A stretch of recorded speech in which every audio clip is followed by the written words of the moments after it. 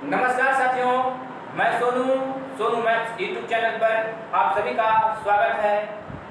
तो कल हम लोग पढ़े थे कि इन्वर्स ट्रिग्नोमेट्री में डोमेन क्या होता है और रेंज क्या होता है, तो उसी के बारे में हम कल पढ़े थे। और आज हम पढ़ेंगे कि इन्वर्स किसका निकाला जा सकता है और किसका इन्वर्स नहीं निकाला जा सकता है। तो इन्वर्स किसका संभव है, तो उसी के बारे में आज गहराई तरीका से पढ़ेंगे, पूरा जोश और जज्बे के साथ। तो समझिएगा ध्यान से कि इन्वर्स किसका निकाला जा सकता है। तो वैसे फंक्शन का इन्वर्स निकाला जा सकता है जो फंक्शन इनवर्टिबल हो, जो फंक्शन इनवर्टिबल हो,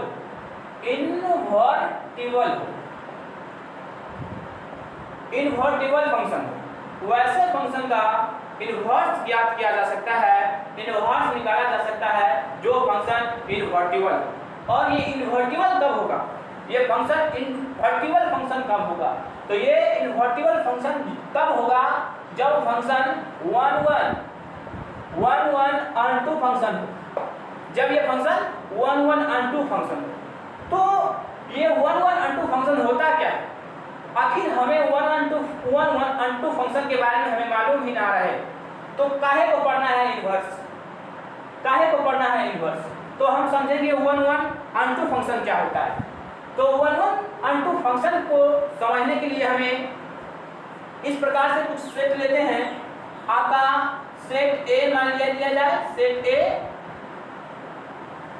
इस प्रकार से सेट ए है, और यहाँ पर आपका सेट बी ले लेते हैं, इस प्रकार से सेट बी ले लेते हैं इस प्रकार से।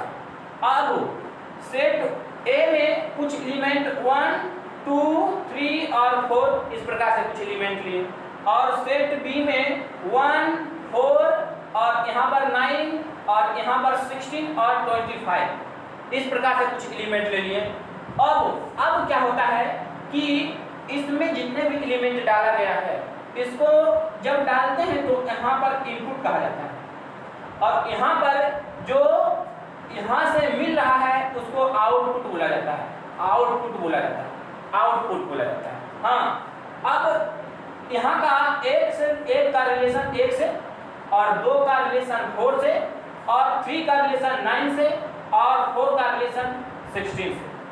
तो इस प्रकार से कुछ इमेज बना है, ये सारे एलिमेंट का इसमें जो भी बना है ये आपका इमेज कहलाता है। यानी कि आप कह सकते हैं, इस अभी मैंने कल बताए थे हम आप लोगों को, ये सारे जो सेट बी में जितने भी एलिमेंट है वो सारे एलिमेंट को कहा जाता है कोडोमेन, और इस सेट ए में जितने भी सारे एलिमेंट है उसको बोला जाता है डोमेन। अब रेंज वही बोला जाता है जिसका इमेज बनता है, जो इमेज बनता है, यानी कि डोमेन का जो इमेज बन रहा है, डोमेन का जो इमेज बन रहा है उसी को बोलते हैं क्या, तो आपका बोलते हैं रेंज। हाँ, रेंज बोलते हैं। अब क्या होता है कि 1 1 ऑन 2 फंक्शन होने के लिए सबसे पहले बात आपका 1 का रिलेशन 1 से, यानी कहने का मतलब कि 1 का रिलेशन 1 से, फिर 1 का रिलेशन 1 से, 1 का रिलेशन 1 से, 1 का रिलेशन 1 से। तो क्या ये 1 1 ऑन 2 है? नहीं, ये 1 1 ऑन 2 फंक्शन नहीं है। ये कौन सा फंक्शन है, तो अभी ये 1 1 फंक्शन है, 1 1 फंक्शन है। हाँ, 1 1 फंक्शन है। और ये अब मान लिया जाए, इस प्रकार से ले लिया जाए सेट ए और यहाँ पर सेट बी इस प्रकार से आपका कुछ ले लिया जाए। यहाँ पर लेते हैं आपका ए 1 2 3 और 4, अब यहाँ पर लेते हैं ए बी सी डी, इस प्रकार से कुछ एलिमेंट लिए हैं। तो मान लिया जाए कि ए का रिलेशन ए से है, और 2 का रिलेशन बी से है, और 3 का रिलेशन आपका सी से है, और 4 का रिलेशन यानी कि डी से। तो अब जो है यहाँ पर और यहाँ पर दोनों में बिल्कुल डिफरेंट है। क्या डिफरेंट है? या डिफरेंट ये है कि इसमें कुछ एलिमेंट बच जा रहा है और इसमें एलिमेंट एक भी नहीं बच रहा है।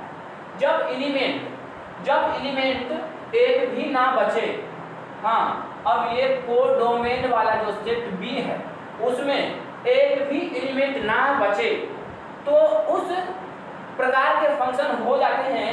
ये वन तो फंक्शन है ही है, वन तो फंक्शन है ही है, लेकिन जब इसमें एक भी एलिमेंट ना बचे तो 1 1 अनटू फंक्शन हो जाता है। ये 1 1 अनटू फंक्शन हो जाता है। तो ये 1 1 सिर्फ फंक्शन है और क्या है, ये तो 1 1 बच जा रहा है, इसका मतलब इनटू फंक्शन होता है। बच जाए तो इनटू फंक्शन और ना बचे तो अनटू फंक्शन।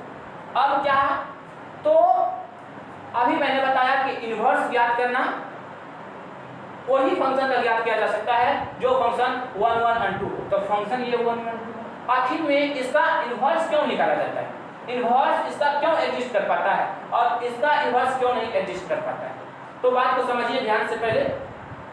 अब देखिए कुछ इस प्रकार से अगर सेट ए में कुछ इस प्रकार से एलिमेंट अगर रह जाए, आप जरा बताइएगा हमें कि इस प्रकार से रह जाए 1 2 3 और यहाँ पर सेट बी में अगर रह जाए इस प्रकार से कि आपका ए बी सी और आपका यहाँ पर डी, तो इसका इमेज इसके साथ और इसका इमेज इसके साथ और इसका इमेज इसके साथ, यानी कि इसका दो एलिमेंट का एक इमेज, दो एलिमेंट का एक इमेज।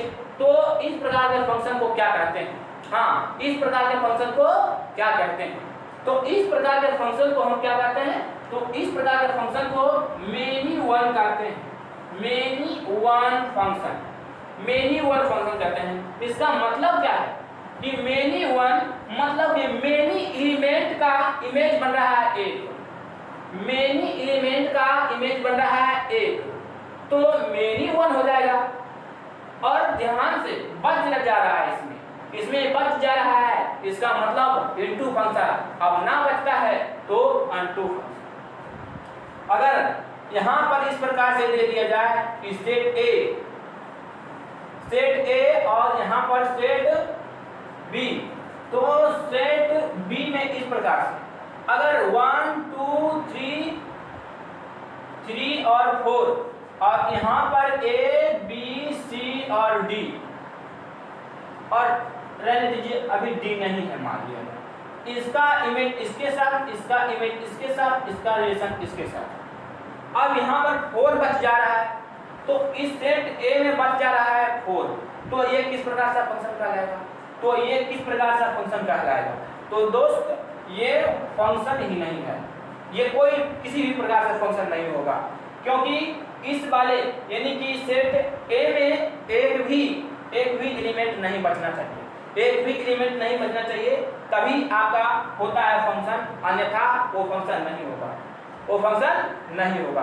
अब देखना जरा ध्यान से कि इन्वर्स आखिर में इसका क्यों निकाला जाता है, इसका क्यों नहीं निकाला जाता है। तो उम्मीद करता हूं कि ये सारी चीज समझ में आया होगा आपको। ये फंक्शन किसका निकाला जा सकता है और किसका नहीं निकाला जा सकता है। तो जब बच जाए तो फंक्शन नहीं होगा, ना बचे तो आपका क्या होगा, वो फंक्शन होगा। लेकिन किस प्रकार का फंक्शन होगा ये मैंने आप लोगों को बताया। अगर मान लिया जाए आपका सेट ए और यहां पर सेट बी,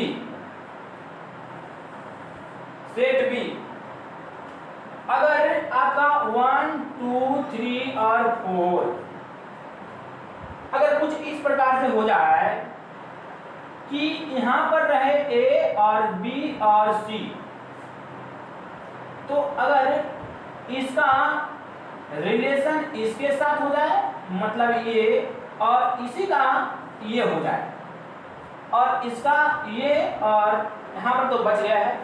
अब मान लिया जाए नहीं भी बचता है और बच भी जाता है तो ये फंक्शन नहीं होगा। बच भी जाता है और नहीं भी बचता तो इस प्रकार का फंक्शन नहीं हो सकता है। एक इनपुट और दो आउटपुट ये कैसे हो सकता है, एक इनपुट और दो आउटपुट ये कैसे हो सकता है, इसका मतलब ये फंक्शन नहीं है। और ऊपर से बच भी जा रहा है तो हम कह सकते हैं ये फंक्शन नहीं है, ये तो फंक्शन ही नहीं। ध्यान से और समझिए नेक्स्ट में। अब इसका इनवर्स जो निकाला जाता है, इनवर्स 11 into का क्यों निकाला जाता है और 11 into का क्यों नहीं निकाला जाता है, अब ध्यान से समझेंगे। चलिए इसको मिटाते हैं।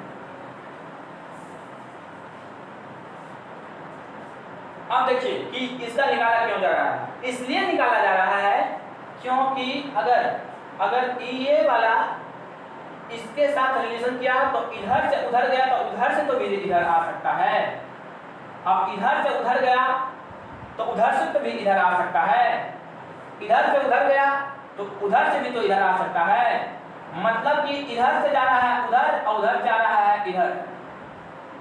हाँ, उधर से जा रहा है इधर और उधर से आ रहा है इधर।